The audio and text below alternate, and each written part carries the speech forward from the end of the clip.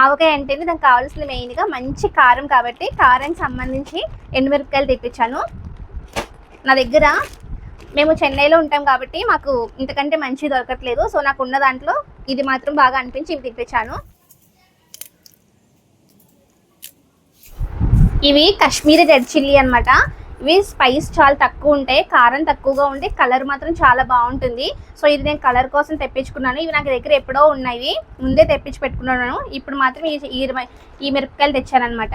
So ఈ రెండు కలిపి కారం పట్టిద్దాము. ఇవి ఎండలో పోసేసి, ఇవి ఆల్రెడీ ఎండలో పోసాను కాబట్టి ఇప్పుడు ఇవి ఎండలో పోసేసి మిల్లుకి ఇచ్చేద్దాము. అయితే బాగా ఎండిపోయినాయి అనమాట. వీటికి తొడుములు తీస్తున్నాను. తొడుములు తీసేసి మిల్లుకి ఇచ్చేస్తే కారం పట్టించి తెచ్చేస్తారు మా హస్బెండ్. ఇంక మనం తర్వాత మంచిగా పచ్చడి కలిపేసుకోవటమే.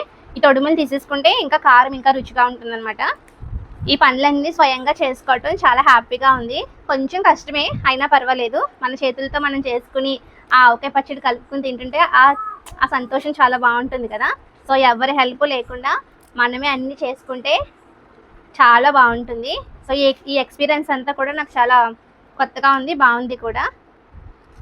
మంచిగా దీనికి మా హస్బెండ్ కూడా బాగా హెల్ప్ చేస్తారు కాబట్టి నాకు అంత కష్టం ఏం కాదు. ఇప్పుడు ఇవన్నీ తొడుములు తీసేసుకుందాము. నాకు ఎందుకో బయట కొన్న కారాలు అవి నాకు నచ్చవు అనమాట. కూరకైనా అంతే, మేమే పట్టించుకుంటాం ఇంట్లో. మంచి ఎండుమిరపకాయలు దొరికితే కారం ఇంకా బాగుంటుంది. సో నాకు ఇంక ఇవే ఉన్నాయి కాబట్టి ఆప్షన్ ఇంక వీటితోనే చేస్తున్నాను. చూద్దాం ఎలా వస్తుందో. ఇప్పుడైతే మా హస్బెండ్ కారం బాగా పట్టించి తెచ్చేసారనమాట. మిల్లుకి ఇచ్చేసాం కదా, మంచిగా మిల్లులో పట్టించేస్తే మంచిగా పొడి అయిపోయింది. మిల్లు నుంచి తెచ్చుకోగానే మూతలు తీసేసి ఇలా చల్లారి పెట్టుకోండి. నేను రెండింట్లోనే సదిరాను, ఎందుకంటే ఆ వేడికి కూడా కారంలోంచి కొంచెం చెమ్మ వచ్చేస్తుంది కాబట్టి పాడైపోయే అవకాశం ఉంది. సో అందుకని ముందు కారం చల్లారి పెట్టేసుకుందాము.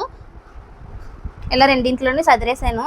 ఇప్పుడు ఇందులోంచి చెమ్మంతా ఆ వేడంతా పోయేలాగా మంచిగా ఆరిపోతే ఇంకా పచ్చడి ముక్కలు కొట్టేసుకుని పచ్చడి కలిపేసుకుంటాం.